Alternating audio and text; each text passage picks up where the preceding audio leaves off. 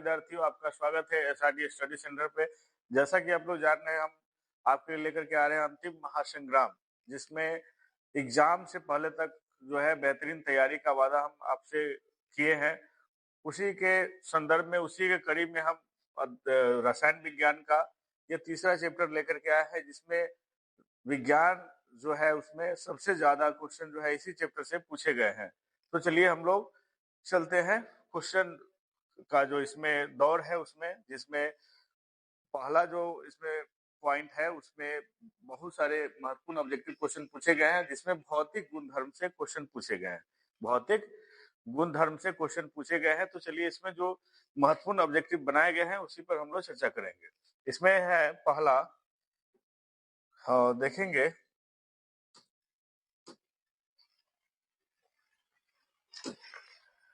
कि निम्नलिखित में से किसे चाकू से काटा जा सकता है, किसे चाकू से काट सकते हैं उसके बारे में पूछ रहा है।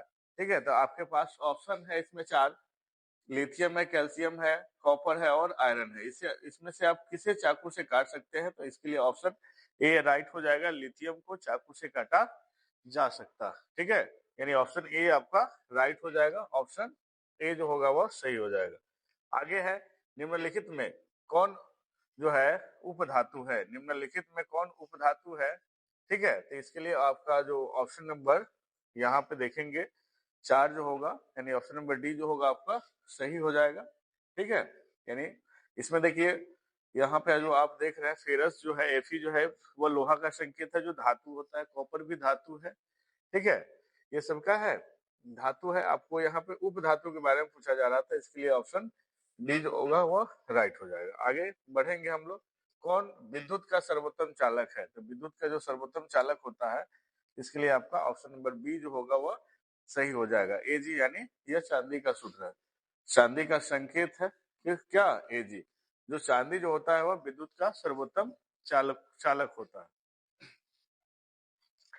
आगे के साधारण ताप पर फास्फोरस का अणुसूत्र क्या होता है, साधारण ताप पर जो फास्फोरस है उसका अणुसूत्र होता है P4। क्या होता है, P4 जो होता है साधारण ताप पर, यह क्या है, फास्फोरस का यह अणुसूत्र है। ठीक है, आगे देखेंगे कि धातुओं की प्रकृति कैसी होती है, तो धातु जो होते हैं वह विद्युत धनात्मक होते हैं, इसके लिए आपका ऑप्शन ए होगा सही, धातु कैसे होते हैं, विद्युत धनात्मक होते हैं। आगे है, ग्रेफाइट होता है, ग्रेफाइट क्या है, यह विद्युत का सुचालक होता है, विद्युत का क्या होता है, सुचालक, इसके लिए आपका ऑप्शन नंबर बी जो होगा वो सही हो जाएगा। ठीक है, धातु जो ग्रेफाइट जो होते हैं वो विद्युत के क्या होते हैं, सुचालक होते हैं, विद्युत के क्या होते हैं, सुचालक। आगे है कि निम्नलिखित में कौन सा धातु अधिक अभिक्रियाशील है, इसमें अधिक अभिक्रियाशील के बारे में बात किया जा रहा है, तो इसके लिए ऑप्शन नंबर डी आपका सही हो जाएगा। क्या है, इसमें अधिक अभिक्रियाशील के बारे में बात कर रहा है, तो यह अभिक्रियाशीलता की श्रेणी में यह सोडियम आता है, सोडियम के बाद जो है वह पोटेशियम आता है। ठीक है, इस तरह से जो है आगे बढ़ते चला जाता है। निम्नलिखित में कौन अधातु है, यहाँ पे अधातु के बारे में बात कर रहा है, तो कार्बन क्या है, यह अधातु है। बाकी बात जितने भी सोडियम है, एल्युमिनियम है, कैल्शियम है, सभी के सभी यहाँ पे अब देखिएगा तो ये क्या मिलेंगे, यह धातु। ठीक है, चलिए देखेंगे क्वेश्चन नंबर 9 है, किस धातु का गलनांक सबसे कम होता है, तो सोडियम का होता है। इसी में अगर मान लीजिए कि पूछ देता है कि इस सब का परमाणु संख्या क्या होता है, तो एल्यूमिनियम का जो परमाणु संख्या होता है वह होता है आपको कितना, 13 होता है, कॉपर का 29 होता है और फेरस का कितना होता है, 26 होता है। ठीक है, सोडियम का पूछ देता है तो सोडियम का 11 होता है। आगे है कि निम्न में से कौन उपधातु है, उपधातु के बारे में इसमें बात किया जा रहा है। ठीक है, उपधातु इसमें ऑप्शन नंबर सी आपका सही हो जाएगा। ठीक है, ये जेरेन जो है वह जिंक का संकेत है, किसका संकेत है, जिंक का। कैल्शियम, या सी जो है कैल्शियम का संकेत है, किसका संकेत है, कैल्शियम, कैल्शियम का यहाँ पे क्या है, यह संकेत है। ये संकेत भी आपके एग्जाम में पूछ दे जाते हैं। सी जो है वह कार्बन का संकेत है, किसका संकेत है, कार्बन का है। ठीक है, आगे समझेंगे, निम्नलिखित में से किस धातु को चाकू से आसानी से काटा जा सकता है, जिसमें आपके पास जो ऑप्शन है उसको देख करके आपको बताना है कि किसे आसानी से चाकू से काटा जा सकता है। तो इसमें आप ऑप्शन को देख करके इसमें पता लगा सकते हैं, सोडियम जो है जिसे आप क्या कर सकते हैं, आसानी से इसे चाकू से काट सकते हैं, किससे काट सकते हैं, चाकू से। ठीक है, तो इसके लिए ऑप्शन बी आपका सही होगा। निम्न में कौन सबसे कम अभिक्रियाशील है? अभिक्रियाशील है, ठीक है। निम्नलिखित में से पूछा जा रहा है कि कौन सबसे कम अभिक्रियाशील है, ठीक है। आपके पास जो ऑप्शन है वो एल है, जिंक है, एफी है और एमजी है, ठीक है। तो इसके लिए जो आपका ऑप्शन जो होगा वो क्या हो जाएगा? ऑप्शन नंबर सी जो होगा वो सही हो जाएगा। आगे है, निम्नलिखित में सबसे भारी धातु कौन है? ठीक है, तो जैसे नाम से ही पता चल रहा है भारी धातु, वह क्या हो जाएगा? यूरेनियम हो जाएगा। क्या हो जाएगा? यूरेनियम, जिसका संकेत यू होता है, ठीक है। क्या होता है? यू। इसकी अगर परमाणु संख्या के बारे में बात करें तो यहाँ पे होता है 92, ठीक है। 92 इसकी परमाणु संख्या होता है। कमरे के ताप पर द्रवावस्था में पाए जाने वाले धातु, कमरे के ताप पर जो द्रवावस्था में पाए जाने वाले जो धातु होते हैं वो आपको Hg होते हैं, यानी मरकरी का यह संकेत है, ठीक है। जो कमरे के ताप पर किस अवस्था में पाया जाता है? द्रव के अवस्था में पाए जाते हैं, ठीक है। आगे बढ़ते हैं हम लोग इसी कड़ी में। निम्नलिखित में कौन अधातु विद्युत का सुचालक है? विद्युत का सुचालक है तो आपका इसमें ऑप्शन नंबर ए हो जाएगा। ग्रेफाइट जो है वो विद्युत का क्या है? सुचालक होते हैं। ग्रेफाइट जो होते हैं विद्युत के क्या होते हैं? सुचालक। कौन सा अधातु कमरे के ताप पर द्रव अवस्था में पाया जाता है? कौन से ऐसे अधातु है जो कमरे के ताप पर क्या होते हैं? द्रव अवस्था में पाए जाते हैं। तो इसके लिए आप ऑप्शन नंबर ए याद रखेंगे, ब्रोमीन, जो कमरे के ताप पर क्या होते हैं? द्रव की अवस्था में पाए जाते हैं। आगे देखेंगे, निम्नलिखित में से किस धातु को केरोसिन तेल में डुबाकर रखा जाता है? तो केरोसिन तेल में डुबाकर रखे जाने वाले जो धातु है वो सोडियम है। क्या है? सोडियम, जिसका संकेत होता है Na। परमाणु संख्या के बारे में बात करें, इसका परमाणु संख्या, ठीक है। परमाणु संख्या के बारे में बात करें तो परमाणु संख्या इसका होता है 11। अगर भार के बारे में बात करें तो इसका भार 23 होता है। कितना होता है? 23। आगे है कि सबसे कठोर प्राकृतिक पदार्थ इसमें कौन है? जो ऑप्शन आपको मिला हुआ है, सबसे अधिक जो है कठोर पदार्थ है प्रकृति में, वो हीरा। कौन है? हीरा। आप याद रखेंगे कौन है? हीरा। धातुओं की क्रियाशीलता के जो सही क्रम है वो कौन होगा? तो इसके लिए आपका ऑप्शन नंबर डी जो होगा वो सही हो जाएगा, ठीक है। आगे देखेंगे, शुष्क बर्फ का रासायनिक सूत्र क्या होता है? इसके लिए आप याद रखेंगे शुष्क बर्फ का जो रासायनिक सूत्र होता है वो CO2 होता है। इसके लिए आपका ऑप्शन बी जो होगा वो सही हो जाएगा, CO2। आगे की सक्रियता श्रेणी में निम्नलिखित में से कौन अधिक क्रियाशील धातु है? अधिक क्रियाशील धातु है वो इसमें आपका ऑप्शन नंबर ए हो जाएगा, सोडियम। कौन हो जाएगा? सोडियम, जो अभिक्रियाशीलता की श्रेणी में सबसे अधिक क्रियाशील है, ठीक है। आगे देखेंगे, निम्नलिखित में से किस धातु कौन विद्युत का सुचालक है? कौन विद्युत का सुचालक है? तो आपके लिए ग्रेफाइट ऑप्शन हो जाएगा। कार्बन के अपर रूप होते हैं, कार्बन के अपर रूप, ठीक है। कार्बन के अपर रूप होते हैं कौन? ग्रेफाइट, ठीक है। कौन होते हैं? ग्रेफाइट जो होते हैं वो कार्बन के अपर रूप होते हैं। आगे है कि ड्यूरालुमीन किस धातु का मिश्र धातु है? तो इसके लिए आपका जो ऑप्शन सी होगा वो सही हो जाएगा, एल्यूमिनियम का, ठीक है। अब हम लोग बढ़ते हैं इसी के जो अगले पॉइंट है इसमें 3.2 में, इसमें धातु के रासायनिक गुणों के बारे में जानिएगा। धातु के रासायनिक गुणों से संबंधित जो महत्वपूर्ण ऑब्जेक्टिव बिहार बोर्ड के द्वारा पूछा गया है उसी के बारे में हम लोग चर्चा करेंगे। उससे जो संबंधित प्रश्न आने वाले हैं बिहार बोर्ड में, ठीक है, उसी पर हम लोग चर्चा करेंगे। तो चलते हैं हम लोग आगे। क्या है? कोई तत्व ऑक्सीजन के साथ, कोई तत्व ऑक्सीजन के साथ अभिक्रिया करके उच्च गलनांक वाला यौगिक निर्मित करती है, तो यह यौगिक जल में विलय तत्व क्या हो सकता है? तो यह हो सकता है आपका कॉपर। इसके लिए आपका ऑप्शन ए सही हो जाएगा, कॉपर होगा। आगे है, निम्नलिखित में कौन सा पदार्थ ऑक्सीजन से संयोग नहीं करता? ऑक्सीजन से संयोग नहीं करता है, ठीक है, तो वो इसमें हो जाएगा आपका ऑप्शन नंबर बी होगा, AU। कौन होगा? ऑप्शन नंबर बी, AU हो जाएगा। AU है वो सोना का संकेत है। किसका संकेत है? सोना का, ठीक है। अगर सोना का यहाँ पे परमाणु संख्या भी पूछा जाता तो याद रखेंगे 79 होता है। कितना होता है? 79 परमाणु संख्या। आगे है, निम्नलिखित में से कौन सा उत्पाद लेड नाइट्रेट को गर्म करने से प्राप्त होता है? तो लेड नाइट्रेट को जो गर्म करते हैं तो हमें NO2 और O2 हमें प्राप्त होता है। आगे है कि निम्नलिखित में से कौन सबसे अधिक अभिक्रियाशील है? निम्नलिखित में से कौन सबसे अधिक अभिक्रियाशील है? तो इसके लिए आप याद रखेंगे कॉपर। ठीक है, कॉपर जो है इस सभी में सबसे अधिक अभिक्रियाशील धातु है। आगे है, कौन सा गैस उत्सर्जित होगी जब धातु जल के साथ अभिक्रिया करेगी? याद रखेंगे, धातु जब जल के साथ अभिक्रिया करती है तो हाइड्रोजन गैस को रिलीज करती है। ठीक है, कौन से गैस को? हाइड्रोजन गैस को यह रिलीज करती है, इसके लिए आप ऑप्शन नंबर सी याद रखेंगे। आगे है, एक्वाडेजिया मिश्रण में HCl और HNO3 का जो रेशियो होता है वो क्या होता है? तो इसके लिए आप याद रखेंगे 3:1। क्या होते हैं? 3:1 होते हैं। आगे की, एल्यूमिनियम पर मोटी ऑक्साइड की परत बनाने की जो प्रक्रिया होती है वो क्या कहलाती है? तो इसके लिए आप याद रखेंगे ऑप्शन नंबर बी जो होगा वो सही हो जाएगा। क्या होगा? एनोडीकरण। क्या हो जाएगा? एनोडीकरण, इसके लिए राइट आंसर हो जाएगा। आगे है, वह धातु जो सिर्फ अम्ल राज में घुलता है, वह धातु जो सिर्फ अम्ल राज में घुलता है वो क्या है? Au यानी सोना है। क्या है? सोना।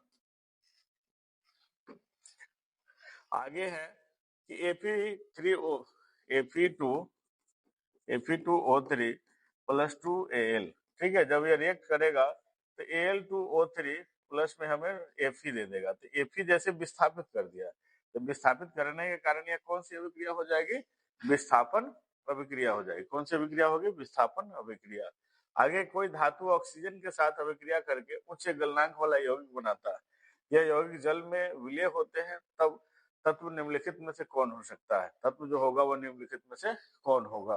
ठीक है, यहाँ पे पूछा जा रहा है कि कोई धातु ऑक्सीजन के साथ अभिक्रिया करता है तो उच्च गलनांक वाला क्या करता है?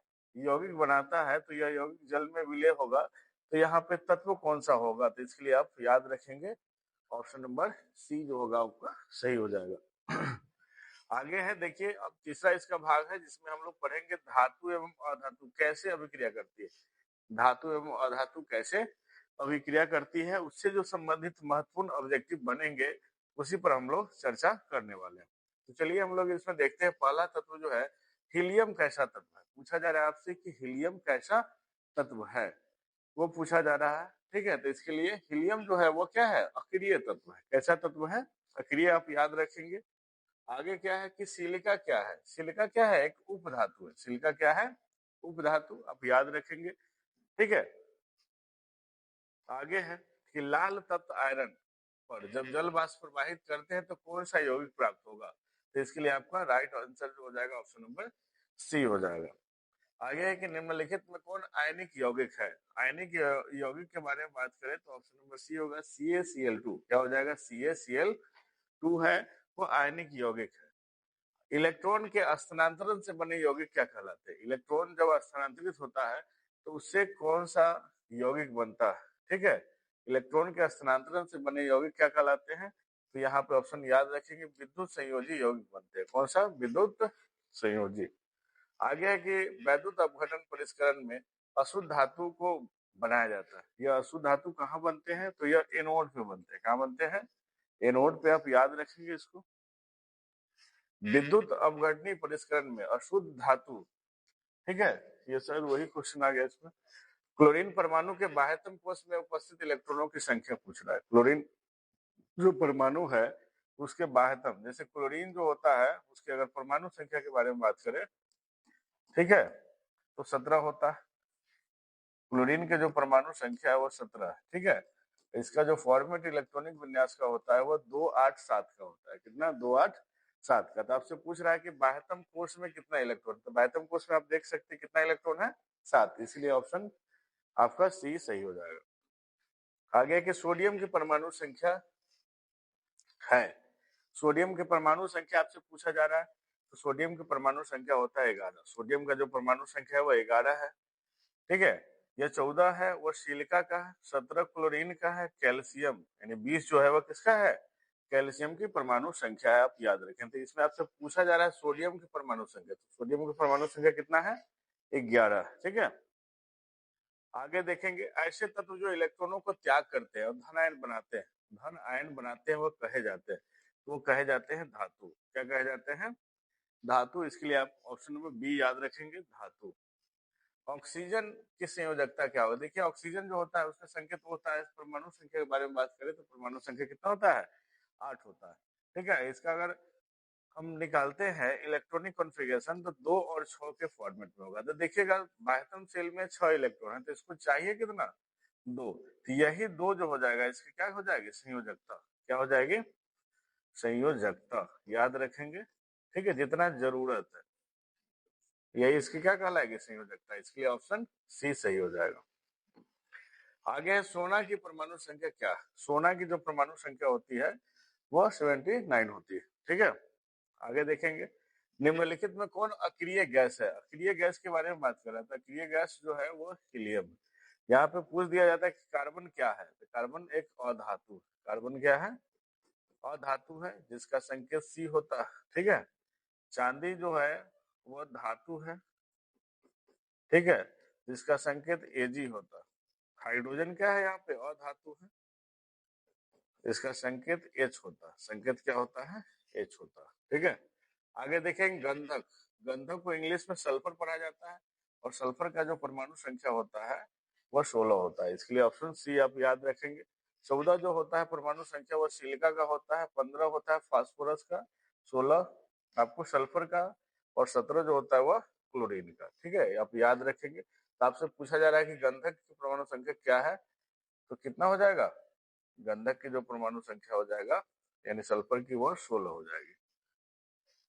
आगे है कि लोहे की परमाणु संख्या क्या होगा। लोहे की परमाणु संख्या आपको 26 हो जाएगा। लोहे का संकेत के बारे में पूछेगा तो लोहा का संकेत होता है एफी। क्या होता है, एफी, ठीक है। आपको बताया है पहले कि 14 जो होता है वह सिलिका का परमाणु संख्या, 16 जो होता है वह क्या है, सल्फर का है, और 17 जो होता है वह क्लोरीन की परमाणु संख्या होता है। आगे कि निम्नलिखित में से किस तत्व में संयोजी इलेक्ट्रॉनों की संख्या सबसे अधिक है, ठीक है। अभी बताएं कि सिलिका जो होता है वो 14 नंबर पे होता है, ठीक है। तो 2, 8 और 10, 10 का कितना हो जाएगा, 14। एल्यूमिनियम का 13 होता है परमाणु संख्या, 2, 8, 10 और 3, 13। फास्फोरस जो होता है उसकी परमाणु संख्या 15 होता है, ठीक है। यानी 2, 8, 10 और 5 कितना हो जाएगा, 15, ठीक है। सोडियम जो होता है उसकी परमाणु संख्या 11 होता है। सोडियम का कितना होता है, 11। आप याद रखेंगे। तो 2, 8, 10 और एक कितना, 11। तो इसमें से पूछा जा रहा है कि संयोजी इलेक्ट्रॉन जो है सबसे अधिक किसमें है। तो सबसे अधिक के बारे में बात कर रहा है, तो सबसे अधिक किसका है, यहाँ पे ध्यान देंगे तो यहाँ 5 है, ठीक है। इसके लिए फास्फोरस जो हो जाएगा राइट आंसर हो जाएगा। निम्नलिखित में कौन अधातु है। निम्नलिखित में कौन अधातु है उसके बारे में पूछ रहा है, ठीक है। आपके पास ऑप्शन है कॉपर। कॉपर है वह धातु है। कॉपर क्या है, धातु है, ठीक है। लोहा यहाँ पे क्या है, धातु है, ठीक है। निकेल जो ये भी क्या है, धातु है। आपके पास जो फास्फोरस बच गया है यही क्या है, अधातु। यही क्या है, अधातु। इसके लिए आपका राइट आंसर जो हो जाएगा वो आपका ऑप्शन नंबर बी सही हो जाएगा। कैल्शियम की परमाणु संख्या पूछ रहा है आपसे। तो कैल्शियम की जो परमाणु संख्या होता है वो 20 होता है और इसका संकेत क्या होता है, वह सी होता है, ठीक है। यहाँ पे बात करें जो 12 जो होता है किसका परमाणु संख्या, तो एमजी का। 18 जो होता है वह आर्गन का है। 25 जो होता है वह मैग्नीज का। याद रखेंगे किसका, मैग्नीज का। तो आपसे पूछा जा रहा है किसका, कि कैल्शियम की परमाणु संख्या कितना होता है, तो 20 होता है। आगे समझेंगे कि निम्नलिखित में से किस कारण से सामान्य नमक का जलीय घोल विद्युत का संचालन करता है। तो इसमें आप याद रखेंगे धनावेश एवं ऋणावेश दोनों आवेश दोनों की विपरीत दिशा में गति के कारण ऐसा देखने को मिलता है। आगे समझेंगे कि सोडियम फास्फेट का अणुसूत्र क्या होता है। सोडियम फास्फेट का जो अणुसूत्र है आप ऑप्शन नंबर बी याद रखेंगे, Na3PO4 होता है।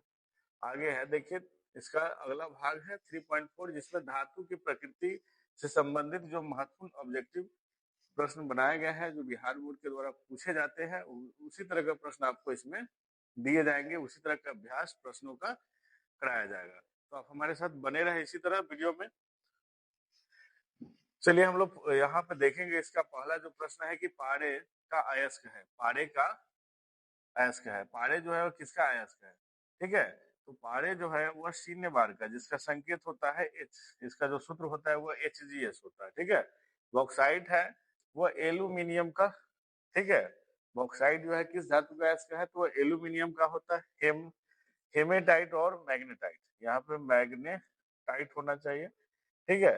वह लोहा का संकेत है। सीने बार तो आप जानकारी में ले चुके हैं कि यह किसका है, पारे का महत्वपूर्ण अयस्क है, तो इसके लिए ऑप्शन डी आपका सही हो जाएगा। बॉक्साइट किस धातु का महत्वपूर्ण अयस्क है? आपसे अभी पूछा गया कि बॉक्साइट जो है किस बॉक्साइट जो है वह एल्यूमिनियम का प्रमुख क्या है, एक अयस्क है। आगे है कि तांबा, तांबा का जो होता है वो जो तांबा का अगर क्यूप्रिक ऑक्स जो होता है क्यूप्राइट भी बोलते हैं, जस्ता का जो होता है कैलेमाइन या जिंक ब्लेंड होता है, लोहा का हेमेटाइट या मैग्नेटाइट आप याद रखेंगे। आगे है कि जस्ता का अयस्क है, आपसे पूछा गया तो जस्ता का जो अयस्क है वो किसका है, जिंक ब्लेंड का होता है। किसका होता है, जिंक ब्लेंड का याद रखेंगे। सीने बार आपको बताया है कि यह किसका है, सीने बार जो है वह पारा का है, ठीक है। जिंक ब्लेंड तो आप जाने जस्ता का है, बॉक्साइट वह एल्यूमिनियम का है, ठीक है। और सोडियम क्लोराइड है ये किसका है, प्रमुख है, तो सोडियम का है। आगे समझेंगे कि जिंक ब्लेंड निम्नलिखित में किस धातु का अयस्क है, ठीक है। जिंक ब्लेंड जो है वो निम्नलिखित में किस धातु का अयस्क है, तो आप याद रखेंगे इसमें जिंक ही हो जाएगा, ठीक है। क्या हो जाएगा, जिंक हो जाएगा, ठीक है। इसके लिए ऑप्शन बी आपका सही हो जाएगा। आगे है कि क्यूप्राइट, आपसे पूछ दिया ना क्यूप्राइट किसका है, तो इसके लिए ऑप्शन नंबर सी आपका सही हो जाएगा, कॉपर का है। किसका है, कॉपर का। आगे है कि मिश्र धातु में 90% कॉपर होता है और 10% जो टीन होता है उसका नाम क्या होता है, ठीक है। यहाँ आपसे पूछा जा रहा है कि मिश्र धातु जिसमें 90% कॉपर है और 10% टीन है उसका नाम पूछ रहा है, तो इसलिए आपके पास ऑप्शन है सोल्डर है, पीतल है, जर्मन सिल्वर है और कांसा है, ठीक है। तो इसके लिए आपका ऑप्शन नंबर ए जो हो जाएगा वह सही हो जाएगा, ठीक है। ऑप्शन नंबर ए आपका क्या होगा, राइट हो जाएगा, ठीक है। आगे बढ़ते हैं हम लोग सातवां में कि बॉक्साइट निम्नलिखित में से किस धातु का अयस्क है, तो आपको पता है कि बॉक्साइट है वो किसका है, एल्यूमिनियम का प्रमुख अयस्क है, ठीक है। आगे चलते हैं हम लोग, यशत पुष्प क्या है, यशत पुष्प जो है इसके लिए ऑप्शन नंबर ए आपका सही हो जाएगा, जिंक ऑक्साइड है। क्या है, जिंक ऑक्साइड है, ठीक है। इसके लिए ऑप्शन ए आप याद रखेंगे। आगे है कैलामाइन निम्नलिखित में किस धातु का अयस्क है, तो इस कैलामाइन जो होता है वह जिंक का प्रमुख अयस्क है। किसका है, जिंक का। आगे है कि जल के वैद्युत अपघटन में कैथोड पर जो है वो कौन सी गैस मुक्त होती है, कैथोड पर पूछा जा रहा है कि कौन सी गैस मुक्त होती है, ठीक है। इसके लिए आपका पास जो ऑप्शन है ओजोन है, हाइड्रोजन है, ऑक्सीजन है और इनमें से कोई नहीं है, ठीक है। तो यह होगा आपके पास, तो कैथोड पर जो होगा वो हाइड्रोजन गैस मुक्त होती है। कौन सी गैस, हाइड्रोजन गैस आप याद रखेंगे, ठीक है। कौन सी गैस मुक्त होती है, हाइड्रोजन गैस, ठीक है। तो इसको बेहतर ढंग से पढ़ सकते हैं कि जल के वैद्युत अपघटन में कैथोड में कौन सी गैस मुक्त होती है, हाइड्रोजन गैस मुक्त होती है। आगे देखेंगे इसका लास्ट है संक्षारण। क्या है, संक्षारण से जो महत्वपूर्ण ऑब्जेक्टिव बनाए गए हैं वही उसी के बारे में इसमें चर्चा करना है, ठीक है। संक्षारण तो पहला इसमें है कि सीसा और टीन के मिश्र धातु को क्या कहते हैं, सीसा और टीन के मिश्र धातु को क्या कहते हैं, ठीक है। सीसा और टीन के मिश्र धातु को सोल्डर कहते हैं, सीसा और टीन के मिश्र धातु क्या कहते हैं, सोल्डर। देखेंगे थोड़ा इधर जो एक प्रश्न था कि देखेंगे इसमें मिश्र धातु, इसमें 90% कॉपर होता है और 10% टीन होता है, उसको क्या कहा जाता है, कॉपर और टीन, ठीक है। यहाँ पे जो पूछा जा रहा है आपसे कॉपर और टीन के बारे में, कॉपर और टीन के बारे में पूछा जा रहा है, तो क्या होगा, ठीक है। इसमें से कौन हो सकता है उसके बारे में पूछ रहा है कि मिश्र धातु इसमें 90% कॉपर है और 10% टीन है, तो सोल्डर ही होगा, ठीक है। तो उसी तरह यहाँ पे आप देख सकते हैं कि सीसा और टीन के मिश्र धातु को हम लोग सोल्डर कहते हैं। आगे है कि शुद्ध सोना, शुद्ध सोना के बारे में पूछ रहा है, तो कितने कैरेट का होता है, तो यह 24 कैरेट का होता है। शुद्ध सोना कितने कैरेट का होता है, 24 कैरेट का होता है। स्टेनलेस स्टील जो मिश्र धातु है वो किसका है, ये लोहा का है। किसका है, लोहा का है। आगे की लोहा और इस्पात को जंग से सुरक्षित रखने पर उन पर किस धातु की पतली परत चढ़ाई जाती है, तो यह जिंक की पतली परत चढ़ाई जाती है। किसकी, जिंक की पतली परत चढ़ाई जाती है। लोहे के फ्राइंग पैन में जंग से बचाने के लिए निम्न में से कौन सी विधि उपयोग में लाया जाता है, ठीक, ठीक है। तो अब याद रखेंगे जिंक की परत चढ़ाकर, इसमें ऑप्शन जो है गलत है, जिंक की परत चढ़ाकर, ठीक है, चढ़ा कर इसको किया जाता है। विधि के बारे में पूछ रहा है तो कौन सी विधि होगी, तो जिंक की परत चढ़ाकर, ठीक है। आगे देखेंगे स्टेनलेस स्टील में लोहा एवं कार्बन के अतिरिक्त अन्य क्या रहता है। स्टेनलेस स्टील में जो है स्टील में लोहा और कार्बन के अलावा क्या रहता है, तो उसमें रहता है निकेल और क्रोमियम। निकेल और क्या रहता है, क्रोमियम रहता है, निकेल एवं क्रोमियम, ठीक है, Na और Cr रहता है। आगे है पीतल क्या है, तो पीतल एक मिश्र धातु है। पीतल क्या है, एक मिश्र धातु है। आगे की लोहा को जिंक से लेपित करने की क्रिया क्या कहलाती है, तो इसके लिए ऑप्शन बी आप याद रखेंगे, गैल्वेनीकरण कहलाती है। क्या कहलाती है, गैल्वेनीकरण कहलाती है। आगे की निम्नलिखित में से कौन धातु सर्वाधिक तन्य होता है। सर्वाधिक तन्य जो होता है वह सोना है। अब 10 ग्राम सोना से 2 किलोमीटर लंबा तार बना सकते हैं, ठीक है। तो सर्वाधिक तन्य पूछा जा रहा है आपसे, तो ये इसमें सोना हो जाएगा राइट आंसर। आगे हम लोग बढ़ते हैं। सोने में कौन सी धातु मिलाकर मिश्र धातु बनाया जाता है। सोने में कौन सी धातु मिलाकर के मिश्र धातु बनाया जाता है, ठीक है। तो इसमें कॉपर मिलाया जाता है। क्या मिला, सॉरी, इसमें सोना में जो है वो क्या मिलाया जाता है, याद रखेंगे, ऑप्शन नंबर डी आपका राइट हो जाएगा। आगे की पारा और एक अन्य धातु जो मिश्र धातु है, पारा और एक अन्य धातु क्या है, मिश्र धातु है, उसको क्या कहा जाता है, तो ये इसको अमलगम कहा जाता है। लोहा निकेल एवं क्रोमियम के मिश्र धातु को क्या कहते हैं। लोहा है, निकेल है, क्रोमियम है, उसके मिश्र धातु को स्टील कहा जाता है। क्या कहा जाता है, स्टील। आगे देखेंगे, दो या दो से अधिक धातुओं अथवा धातु और एवं अधातु के समान मिश्रण को है ना, यहाँ पे मिश्र धातु कहा जाता है। याद रखेंगे क्या कहा जाता है, मिश्र धातु कहा जाता है, ठीक है। क्या कहा जाता है, मिश्र धातु कहा जाता है, ठीक है। तो ये महत्वपूर्ण प्रश्न आपका इसमें रहा, ठीक है। तो इसी तरह के महत्वपूर्ण प्रश्नों को हम लेकर के आते रहेंगे, ठीक है। तो मिलते हैं एक नए चैप्टर में, नए वीडियो में, तब तक के लिए आपको धन्यवाद।